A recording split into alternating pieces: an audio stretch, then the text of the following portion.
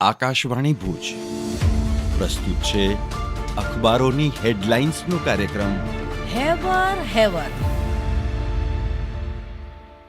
નમસ્કાર, હું ભક્તિ બિજલાણી. કચ્છ મિત્રના આજના સમાચાર છે. આતંકના ઓછાયા સામે શ્રદ્ધાનું પલડું ભારે. ગાંધીધામના 100 લોકોને અમરનાથ યાત્રા માટે સ્વાસ્થ્ય પ્રમાણપત્ર અપાયા.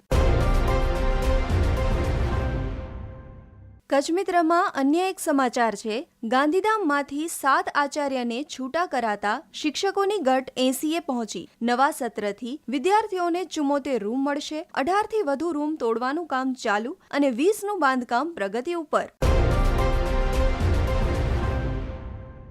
કચ્છ મિત્રના છેલ્લા પાને સમાચાર છે.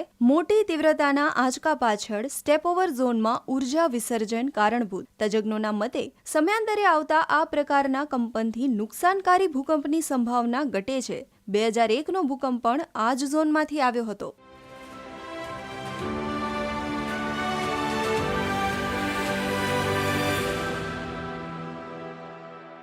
હું મનોજ સોની. દિવ્ય ભાસ્કરના અંદરના પાને સમાચાર છે કે લાકડિયા ગામે ગુજરાત હજ કમિટી દ્વારા હજ પર જતા હાજીઓને સમજ અપાઈ. ગુજરાતમાંથી આ વર્ષે 18,000 જેટલા હાજીઓ હજ પઢવા જશે. અન્ય એક સમાચારમાં કચ્છ મુસ્લિમ સમાજ સંકલન સમિતિ દ્વારા આતંકવાદી હુમલાની નિંદા કરાઈ.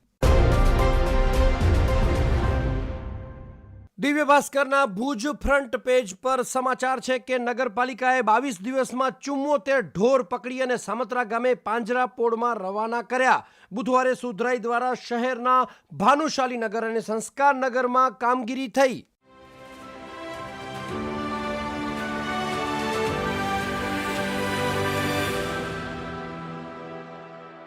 હું ચિત્રા ચૌધરી. ગુજરાત સમાચારના અંદરના પાને હેડલાઇન છે. ગૂગલ અને સોશિયલ મીડિયાના યુગમાં પણ વાંચનાલયનું મહત્વ જળવાયું છે. ભુજમાં વિશ્વ પુસ્તક દિવસની ઉજવણી કરાઈ. ગુજરાત સમાચારના છેલ્લા પાને હેડલાઇન છે. ગુજરાતમાં હાઈ એલર્ટ. સોમનાથ સહિત મંદિરોની સુરક્ષા વધારાઈ. ગાંધીનગરને નો ડ્રોન એરિયા જાહેર કરાયો. રાજ્યભરમાં સ્નીપર સ્ટેન્ડ બાય. ડોગ સ્ક્વોડથી વાહન ચેકિંગ. સંવેદનશીલ વિસ્તારોમાં પેટ્રોલિંગ શરૂ કરાયું.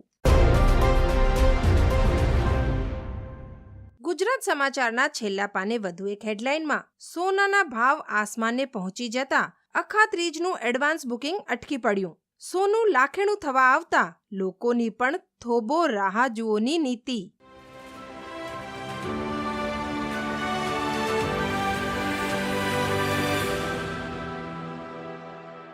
હું જયેશ રાવલ. સંદેશના અંદરના પાને સમાચાર છે. પહેલગામમાં કાયરતાપૂર્ણ આતંકવાદી હુમલાના વિરોધમાં ગાંધીધામ ખાતે પૂતળાનું દહન કરાયું. કાશ્મીરમાં પ્રવાસીઓ સાથે બનેલા બનાવના દેશભરમાં ઘેરા પ્રત્યાઘાત. વિવિધ સંગઠનો દ્વારા હુમલામાં મૃત્યુ પામનારી આત્માઓની શાંતિ માટે શ્રદ્ધાંજલિ અપાઈ.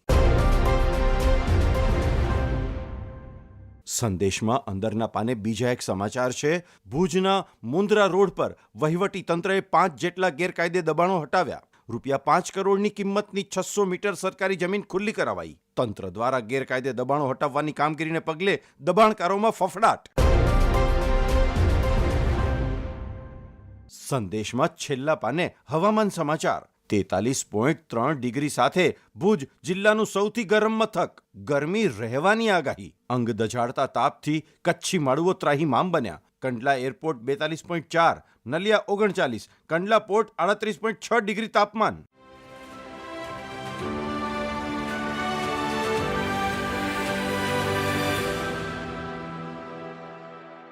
જમ્મુ અને કાશ્મીરમાં કલમ 370 હટાવ્યા પછી પહેલો મોટો આતંકી હુમલો. હુમલાના પડઘા વિશ્વભરમાં પડ્યા. હું નીરજ મચ્છર. દિવ્ય ભાસ્કરના સમાચાર. 2019ના પુલવામા હુમલા પછી જમ્મુ અને કાશ્મીરમાં આ સૌથી મોટો આતંકી હુમલો. મંગળવારે આતંકવાદીઓએ પ્રવાસીઓ પર ગોળીબાર કર્યો હતો, જેમાં 27 લોકો માર્યા ગયા. મૃતકોમાં યુએઈનો એક પ્રવાસી અને નેપાળનો એક પ્રવાસી અને 2 સ્થાનિક નાગરિકોનો સમાવેશ થાય છે. બાકીના પ્રવાસીઓ યુપી, ગુજરાત, મહારાષ્ટ્ર, કર્ણાટક, તમિલનાડુ અને ઓડિશાના હતા.